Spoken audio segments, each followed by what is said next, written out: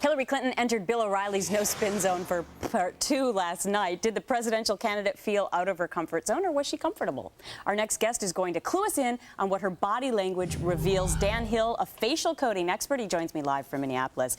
Good to see you, Dan. So let's take a look at the first clip of Hillary Clinton with Bill O'Reilly. And let's keep in mind that Bill O'Reilly's a 6'5" guy who, by the way, has said in the past he's maybe not a huge fan of Hillary Clinton. So she's coming into the den with him.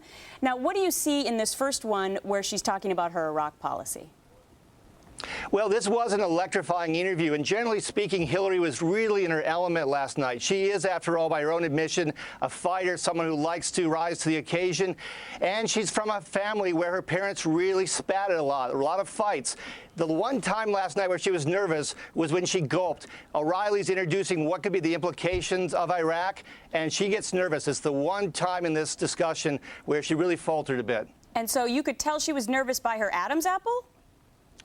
Yeah, she actually gulped, and this is not something you see very often from Hillary Clinton because she is pretty fearless, but I think she knows this is a big issue, and it is complicated, and her policy may be a bit simpler than the reality. All right, he also asked her about Pakistan, and during that particular clip, you saw a little surprise, possibly a little fear, but put it into context. Well, I think Hillary has really gotten to be a bit more of a human being as the campaign has go along.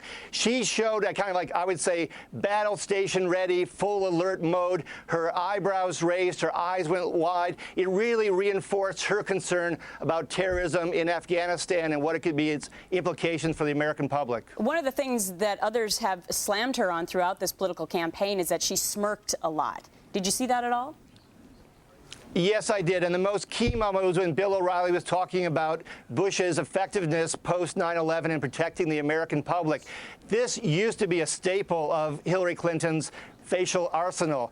It's become much less common since she wasn't the front runner, but last night it was on prolonged display as O'Reilly talked about Bush's record. But she is obviously listening to people like yourself, Dan, because from what I could gather, watching her on a daily basis, she looked incredibly comfortable. She answered the questions well, and she did not look nervous, and the smirk was not as apparent as it usually is.